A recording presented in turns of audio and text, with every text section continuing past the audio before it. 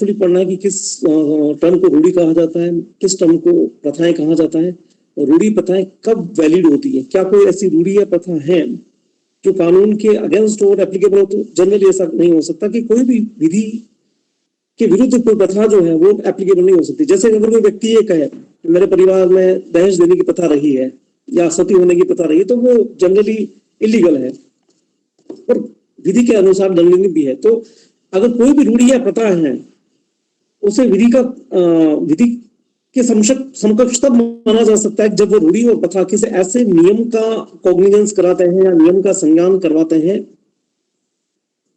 जिसमें दीर्घ काल तक, यानी कि बहुत लॉन्ग टाइम तक निरंतर और एक रूपता से अनुपालित, यानी कि उसका पालन किया जाना चाहिए समाज के लोगों के द्वारा, और अनुपालन किए जाने के कारण किसी स्थानीय क्षेत्र या जनजाति या समुदाय या समूह के रूप में या कुटुंब में हिंदुओं का के बीच मध्य जो है विधि का बल प्राप्त कर लिया। एक बात आप याद रखिए कि लंबे समय से उसका पालन होना चाहिए। ऐसा नहीं हो सकता है कि 10-15 दिन पहले कोई रूढ़ी बना दी, यानी कि आप नहीं होनी चाहिए, शांति पूर्ण उस समाज के लोगों ने उसका पालन किया हो, तभी वो विधि जो रूढ़ी जो है विधि के रूप में बल प्राप्त करेगी। अगर कोई रूढ़ी जो है या प्रथा जो है वो अयुक्त हो या लोक नीति के अगेंस्ट हो, तब वो लागू नहीं होगी। तो नेक्स्ट चीज है, अगर किसी परिवार के सदस्यों ने उस रूढ़ी या प्रथा का त्याग कर दिया, तो भी वो रूढ़ी और प्रथा फिर एप्लीकेबल नहीं होगी। ये कई जगह आप लोगों ने पढ़ा होगा कि रूढ़ी और प्रथाएं अगर अनुमति देती हैं तो कोई पर्सन ऐसा ऐसा काम कर सकता है, और रूढ़ी और प्रथाएं अगर अनुमति नहीं देती है तो ये काम नहीं किया जा सकता है। ठीक है, अब बात करते हैं कि अगर किसी परिवार के सदस्य या कुटुंब ने उस रूढ़ी का त्याग कर दिया है, तो फिर वो रूढ़ी जो है विधि का बल उस परिवार के लिए समाप्त हो जाएगा, यानी कि वो फिर रूढ़ी एप्लीकेबल नहीं होगी। ठीक है, ये सारी डेफिनेशन जो है आप लोगों ने पढ़ ली थी। फिर एक डेफिनेशन आती है दो, जो सबसे इंपॉर्टेंट थी, सपिंड नातेदारी और प्रतिष्ठित नातेदारी, यानी प्रोहिबिटेड डिग्री एंड सपिंडेड डिग्रीज। जब आप सेक्शन 5 पढ़ते हैं तो उसमें ये लिखा हुआ है कि अगर कोई दो पक्षकार विवाह करना चाहते हैं, यानी कि कोई लड़का और लड़की विवाह करना चाहते हैं, तो वो आपस में सपिंड नहीं होने चाहिए। अगर वो सपिंड है या प्रतिष्ठित यानी प्रोहिबिटेड डिग्री में है और आपस में विवाह कर लेते हैं, तो ऐसा विवाह जो है सेक्शन 11 के अकॉर्डिंग वो वॉइड माना जाता है। वो आप लोगों ने ये सारी डेफिनेशन आप लोगों ने पढ़ी होगी। सपिंड जो डेफिनेशन है उसको मैं एक बार आपस से रिवाइज कर लेता हूँ। सपिंड डेफिनेशन जब हम तब कहते हैं कि जब निर्देश जो दिया गया सपिंड का, माता की ऊपर की जो तीसरी पीढ़ी, यानी कि माता उससे ऊपर की 3 पीढ़ी और पिता के ऊपर की 5वीं पीढ़ी, जिसमें वो पर्सन भी इंक्लूड होता है, अगर उसमें कहीं भी एक दूसरे से वो कनेक्टेड है वंश परंपराओं में, और उस व्यक्ति को भी पहली पीढ़ी के रूप पे गिना जा रहा है जो विवाह करने के लिए जा रहा है, चाहे वो लड़का हो चाहे लड़की हो। माता के ऊपर की 3 पीढ़ी, पिता के ऊपर की 5 पीढ़ी से कहीं पर भी किसी भी प्रकार से कनेक्टेड है, तो ऐसे व्यक्ति जो है वो सपिंड माने जाते हैं, और सपिंड संबंधों में विवाह जो है वो शून्य माना जाता है। लेकिन अगर किसी व्यक्ति के परिवार में प्रथाएं हैं तो फिर ये प्रथाएं लागू होगी, अदरवाइज जो है वो लॉ एप्लीकेबल होगा और जो विवाह है वो शून्य होगा। ठीक है, ये सारी डेफिनेशन आप लोगों ने पढ़ी थी। फिर पूर्ण रक्त भी आप लोगों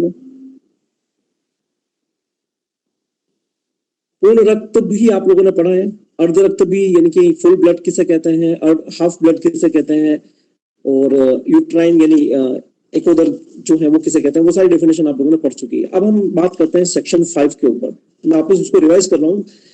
सेक्शन 5 के लिए एसेंशियल एलिमेंट है विवाह के लिए कि अगर दो व्यक्ति जो है आपस में विवाह करना चाह रहे हैं, तो फर्स्ट कंडीशन जो सेक्शन 5 में है कि दो हिंदुओं के बीच में ही विवाह जो है कॉन्सुमेट हो सकता है, विवाह अनुस्थापित किया जा सकता है।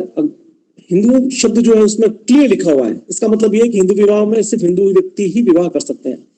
सेकंड हम बात करते हैं, अगर किसी विवाह के समय विवाह के दोनों पक्षकारों में से न तो जो लड़का है या यानी कि वर है और न जो लड़की है वधू है, उसका पहले से कोई जीवित युग्म नहीं होना चाहिए। इट मीन्स ये अगर दोनों में से कोई एक भी पहले से शादीशुदा है तो फिर हिंदू विवाह अधिनियम के तहत ऐसा विवाह नहीं हो सकता।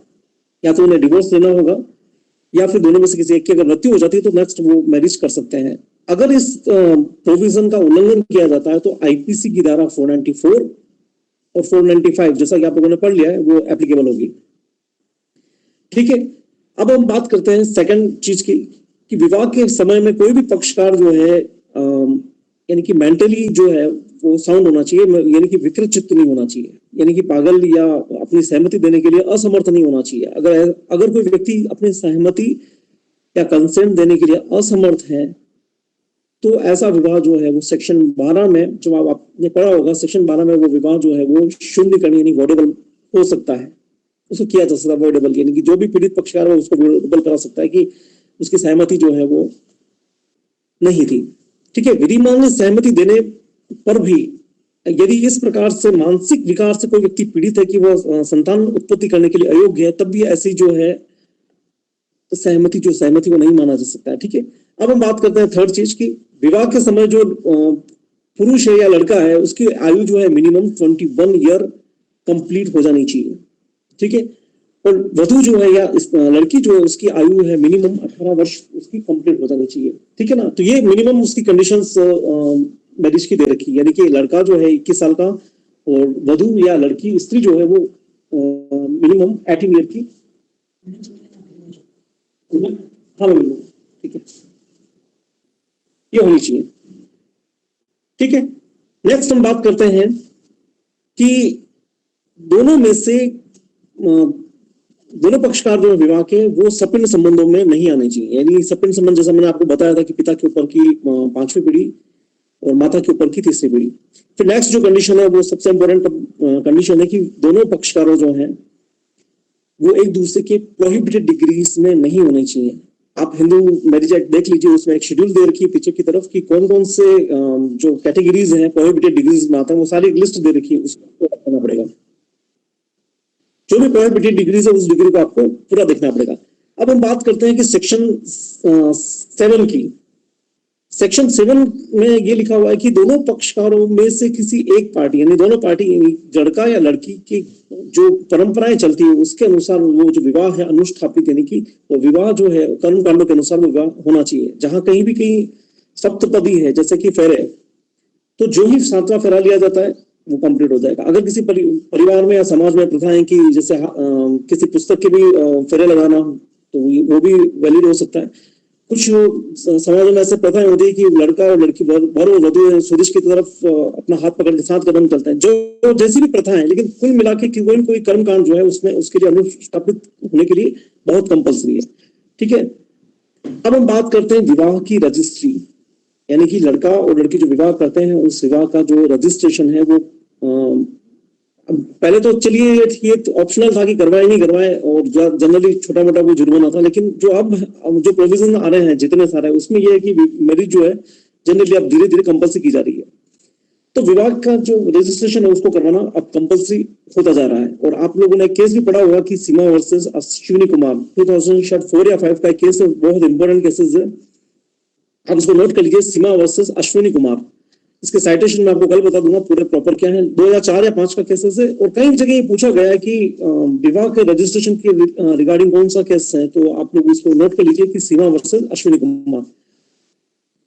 तो यानी कि दोनों पार्टीज को अपने विवाह का जो रजिस्ट्रेशन करवा देना चाहिए, अदरवाइज कुछ 25 रुपए का जुर्माना इस एक्ट में दे रखा है। लेकिन अदर प्रोविजन जो है जो दूसरे हैं उसमें इतना कंपल्सरी कर दिया गया कि अपनी सारी इंफॉर्मेशन वगैरह उसमें दोनों पार्टीज को देनी पड़ती है। ठीक है, अब हम बात करते हैं दाम्पत्य दायित्वों की पुनर्स्थापना। जैसा आप लोगों ने पढ़ा होगा कि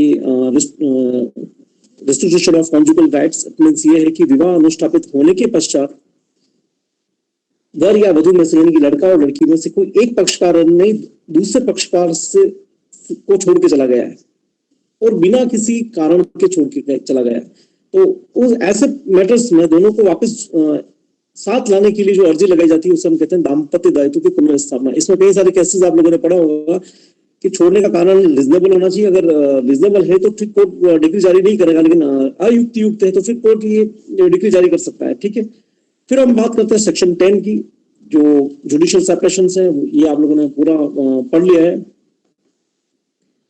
अब हम बात करते हैं सेक्शन 11 की। जो सेक्शन 11 और 12 दोनों में ये डिफरेंट है। सेक्शन 11 जो है विवाह को शून्य डिक्लेयर करता है, यानी कि वॉइड है, वो शुरू से उसकी कोई वैल्यू नहीं है अगर वो उसके अपोजिट जाके कोई व्यक्ति मैरिज करता है। और सेक्शन 12 में मैरिज जो है वैलिड तो है, लेकिन अगर कोई पीड़ित पक्षकार है वो उस मैरिज को चाहे तब एक पर्टिकुलर लिमिट है, उसके अकॉर्डिंग अगर वो चाहे तो वो उसको वॉइड करवा सकता है। दोनों में ये मेजर डिफरेंट है। अब हम बात करते हैं सेक्शन 11 की, कि जब से ये एक्ट एप्लीकेबल हुआ, यानी कि 1955 से 1955 के बाद में अगर कोई भी विवाह जो है एक पक्षकार के जीवित रहते हुए किया जाता है, जैसा मैंने आपको बताया था कि सेक्शन 5 की कंडीशन है, सपन संबंधों में किया जाता है या प्रतिषिद्ध संबंधों में किया जाता है, तो ऐसा जो मैरिज है वो मैरिज जो वॉइड मानी जाएगी। ठीक है, अब हम बात करते हैं वॉइडेबल मैरिज की। अगर कोई भी विवाह जो इस एक्ट के, चाहे वो पहले हुआ हो चाहे वो बाद में हुआ, इट मींस यानी विवाह 1955 से पहले भी अगर किसी व्यक्ति का हुआ या 1955 के बाद भी अगर किसी व्यक्ति का विवाह हुआ है, तो भी अगर इन ग्राउंड्स में कहीं किस में आता है तो वो अपने विवाह को जो है शून्य कड़ी घोषित करवा सकता है। फर्स्ट इसका क्लोज है कि जो प्रत्यर्थी जो है, यहाँ एक प्रत्यर्थी वर्ड यूज किया हुआ है, न कि पुरुष वर्ड यूज किया है। यानी कि प्रत्यर्थी का मतलब कोई भी व्यक्ति हो सकता है, पुरुष वर्ग भी हो सकता है, वधु भी हो सकती है, लड़का लड़की जो भी। ये कि प्रत्यर्थी की जो इम्पोर्टेंसी है, यानी कि नपुंसकता है, उसके कारण जो है विवाह के बाद जो है विवाह कंजुमेट नहीं हुआ है, विवाह का संभोग नहीं हुआ, तो इट मींस वो जो ग्राउंड है ये एक शून्य कड़ी विवाह का ग्राउंड्स आ जाता है। ठीक है, फिर जो कंसेंट वगैरह वो चीज मैं आपको पहले बता चुका हूं। फिर नेक्स्ट जो ग्राउंड है कि विवाह के समय जो है स्त्री जो है, लड़की जो है किसी अन्य व्यक्ति से गर्भवती थी। ठीक है, तो ये जो कारण है, उस कारण के भी विवाह जो है वो न्यायालय के द्वारा शून्य हो सकता है। ये सारे ग्राउंड्स जो है वो सेक्शन 12 में है। अब हम बात करते हैं तलाक की। ये सारे ग्राउंड्स आप लोग अब तक पढ़ चुके हैं। तलाक में जो है जो डिग्री ली जाती है तलाक में, वो जो कुल मिला के 7 या 8 ग्राउंडों पे दोनों पक्षकार ले सकते हैं, लेकिन महिलाओं को कुल 4 अधिकार अलग से दे रखे हैं। यानी कि कुल मिला के अगर ग्राउंड्स 12 है तो उसमें से 8 लगभग कॉमन है, दोनों उसका यूज कर सकते हैं, लेकिन 3 या 4 जो है सेपरेट ग्राउंड्स है जिसमें सिर्फ महिलाएं जो है उसको यूज कर सकती है। अब हम बात करते हैं कि दोनों पक्षकारों में कोई भी पक्षकार इन ग्राउंड्स पर तलाक ले सकता है। फर्स्ट, एडल्ट्री, यानी कि जिसको आप बोलते हैं जाड़ता, कि विवाह के पश्चात पति या पत्नी ने एक दूसरे के अलावा किसी अन्य व्यक्ति से इंटरकोर्स किया है। इट मींस ये है कि सच्चा जो है एडल्ट्री का ऑफेंस किया है। अगर आईपीसी से अगर इसको कंपेयर करें थोड़ा डिफरेंट है। आईपीसी अपने आप में थोड़ा सा अलग चला गया अभी कुछ केसेस के कारण, लेकिन अभी भी हिंदू लॉ में ये चीज एप्लीकेबल होती है। अगर दोनों में से किसी एक ने भी एडल्ट्री का ऑफेंस किया तो दूसरी जो पक्षकार है वो तलाक ले सकता है। ठीक है, सेकंड हम बात करते हैं क्रूरल्टी की। क्रूरल्टी एक ऐसी डेफिनेशन है जिसको आप जितना केसेस से डिफाइन करें उतना कम है, क्योंकि रोज नए नए अलग अलग से ग्राउंड्स आते हैं, लेकिन मेजर 2 पार्ट में हमने इसको डिवाइड किया है। First physically cruelty and second mentally. ठीक है, फिजिकली क्रूरल्टी जो है मारपीट करना या चोट पहुंचाना, वो मेडिकल से प्रूव हो सकता है, लेकिन मेंटली क्रूरल्टी जो है वो कई सारे केसेस से या परिस्थितियों से या सर्कमस्टेंसेस से प्रूव होती है। तो इसमें आपको जितने केस मिलते हैं वो आपको स्टडी आपको करना है, और हो सकता है आपने पढ़े भी हो।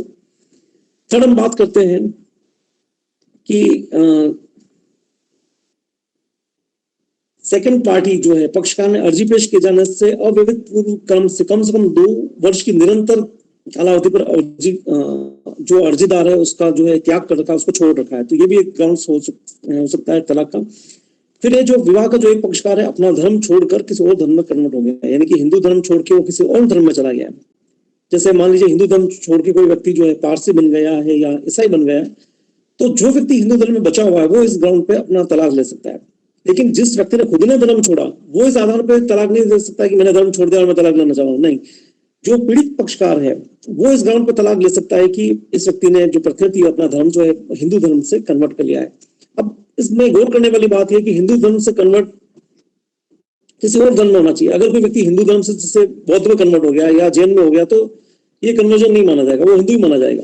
लेकिन अगर कोई हिंदू धर्म से जैन में ईसाई धर्म में चला गया है या पारसी में चला गया है या मुस्लिम में चला गया तो ऐसा जो है कन्वर्जन माना जाएगा और ये एक डिवोर्स का ग्राउंड्स हो सकता है। ठीक है, फिर हम बात करते हैं जो एक पक्षकार जो है वो असाध्य रूप से यानी कि मेंटली जो है वो पागल रहा है या विकृत चित्त रहा है या निरंतर जो है उसको टाइमली जो है इस प्रकार से दौरे पड़ते हैं कि अगर दोनों को एक साथ रखा जाए तो हो सकता है उसके उसके जीवन के लिए बड़ा हार्मफुल हो सकता है। तो ये भी एक तलाक का एक ग्राउंड्स है, ठीक है।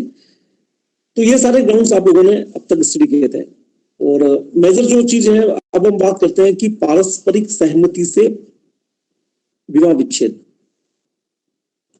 ये जो अमेंडमेंट हुआ है हिंदू लॉ में 1976 के अमेंडमेंट से हुआ है, यानी कि 1976 से ये अमेंडमेंट हुआ है कि दोनों पक्षकार जो है अपनी आपसी सहमति से डिवोर्स लेना चाहते हैं तो बिना किसी ग्राउंड से, यहाँ कोई ग्राउंड्स भी जरूरी नहीं है। वो अगर न्यायालय में एप्लीकेशन लगाते हैं हम साथ करना चाहते हैं तो एक पर्टिकुलर्स जो है उनको एक डेट्स दी जाएगी कोर्ट के द्वारा, और कोर्ट कोशिश करेगी कि अगर हो सकता है कि अपना दोनों में से कोई एक पार्टी जो है विड्रॉ कर ले उस कंसेंट को, और अगर ऐसी कंसेंट जो है विड्रॉ नहीं होती है तो फिर वो डिवोर्स की ओर मूव हो जाती है धीरे धीरे धीरे धीरे। मतलब एक कुल मिला के प्रोसेस इसमें सेक्शन 13B में है, इसको आप थोड़ा एक बार देख लेना सेक्शन 13B। और अभी तक अगर आप लोगों ने ये सारे प्रोविजन पढ़ लिए हैं, अगर कोई प्रॉब्लम हो तो आप वो मुझे मैसेज कर सकते हैं कि इनमें से अगर कोई चीज समझ में नहीं आ रही तो कल मैं उस चीज को वापस से रिवाइज कर लेता हूँ। अब मैं कल जो क्लास लूंगा सेक्शन 14 से लगा के 25 तक जितने प्रोविजन है उन प्रोविजन के मैं क्लास लूंगा। आप लोगों को कोई भी प्रॉब्लम हो तो आप मुझे, आप लोग ग्रुप में हैं, मेरा नंबर देख लीजिए वहां से और मुझे मैसेज कर दीजिए कि आपको ये चीज समझ में नहीं आ रही है, कोई केस समझ में नहीं आ रहा है या और कोई आपको पूछना हो, ठीक है।